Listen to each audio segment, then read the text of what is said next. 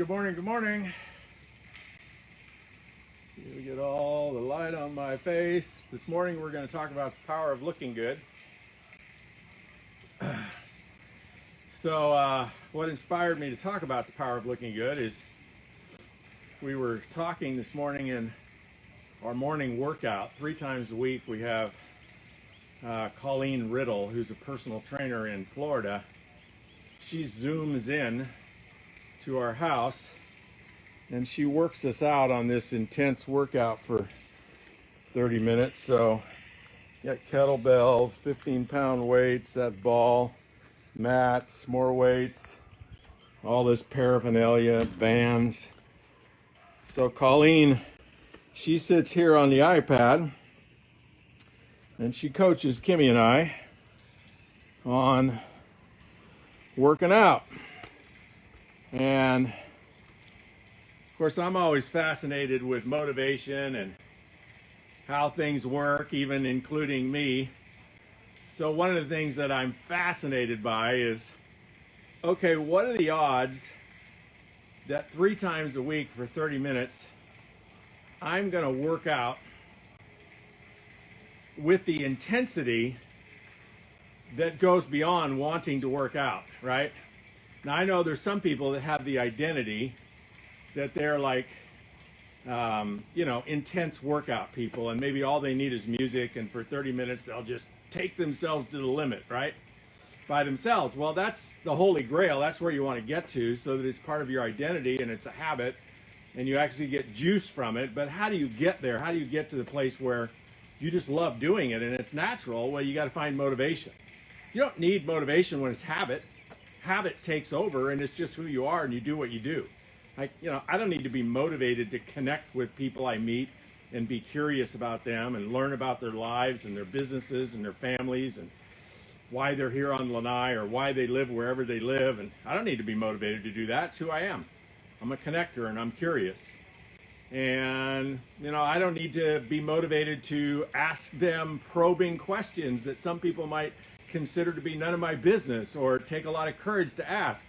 I don't need to be motivated to do that. It's who I am. It's part of my identity. But when it comes to working out 3 days a week intensely, that's not who I am. It's never who I've been. Of course, I've done it lots of times, lots of different scenarios, personal trainers, parts of groups, right? So how do you get in that place? Like, those of you that maybe are working with me in a coaching program to build your business, what works about that? Well, part of it is that you're part of a group, right? So you get group motivation. You're part of a group. Everybody's going the same direction. It's like, hey, if we're going to do a 100-mile hike, some kind of epic hike, what are the odds that you would complete it by yourself versus if you went with 100 people or even 10 people, right? So you put yourself in a group that's all going the same direction. That motivates you. If you think, well, I'm going to work out 3 times a week intensely, and that doesn't motivate you, well, hire a personal trainer. Now, what's the motivation?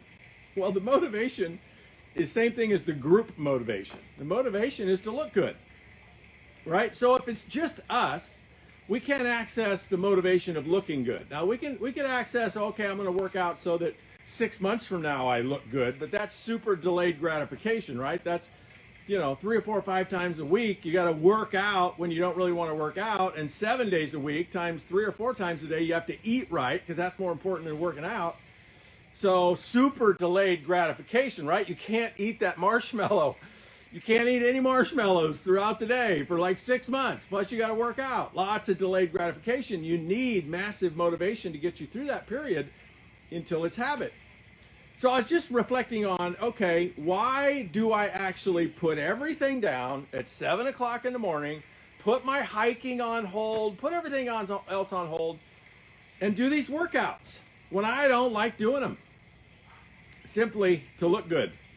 To look good for Colleen, our coach, right? Because I respect her, I admire her, I want her to respect and admire me. She's a personal friend, she's on our network marketing team, she's like one of our top leaders, right? So I can't look like a idiot in front of her, right? And more importantly, Kimmy, right? So Kimmy set this up. I didn't set it up. Kimmy set it up. Well, we're going to hire Colleen. She's going to coaches 3 times a week. Will you do it?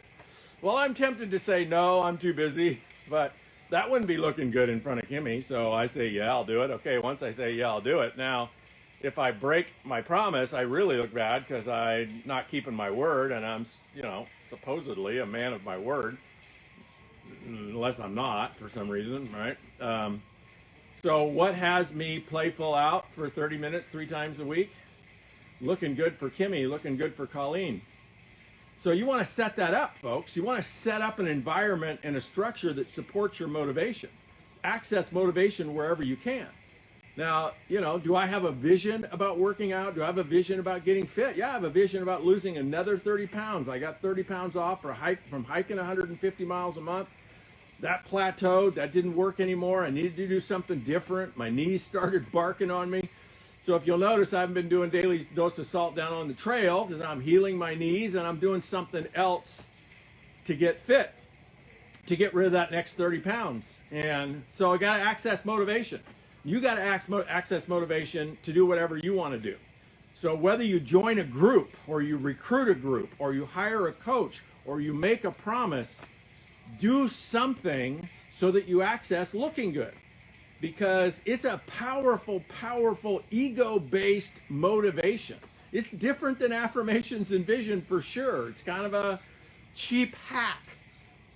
But use it because it works. And then notice how looking good also keeps you from doing the things that you need to be doing, right? So I look good when I work out. And you may think you look good when you don't make sales calls, or you don't do invites, or you don't reach out to expand your network. You look good because nobody's going to criticize you. Nobody's going to say no, right? So you're accessing looking good, but you're accessing it to play small and keep your world the same size as it is, and to be risk adverse. And in that case, looking good doesn't serve you. So really understand the whole looking good. Make a list. If you want to drop a few things in the comments, that would be really powerful for everybody here. Make a list of where you use looking good to motivate you to do good. And make a list of where you use looking good to motivate you to avoid good, to hide, to play safe, to be small. And you'll see the power of looking good in your life. And you learn how to master that and use it as a lever, as a hack. You move powerfully forward. So that's the lesson of Daily Dose of Salt. Thank you for joining me. If it was of value to you, share it. As always, let me know where you're from and what are you building in your life. And be specific about what you're building. I like to know specifically, what are you building? A family culture? A particular kind of business, fitness, whatever, wealth, debt reduction, joy, happiness. What are you building in your life? And maybe even drop in there, how can I better serve you? Thank you for joining me for a Daily Dose of Salt. I'll see you tomorrow.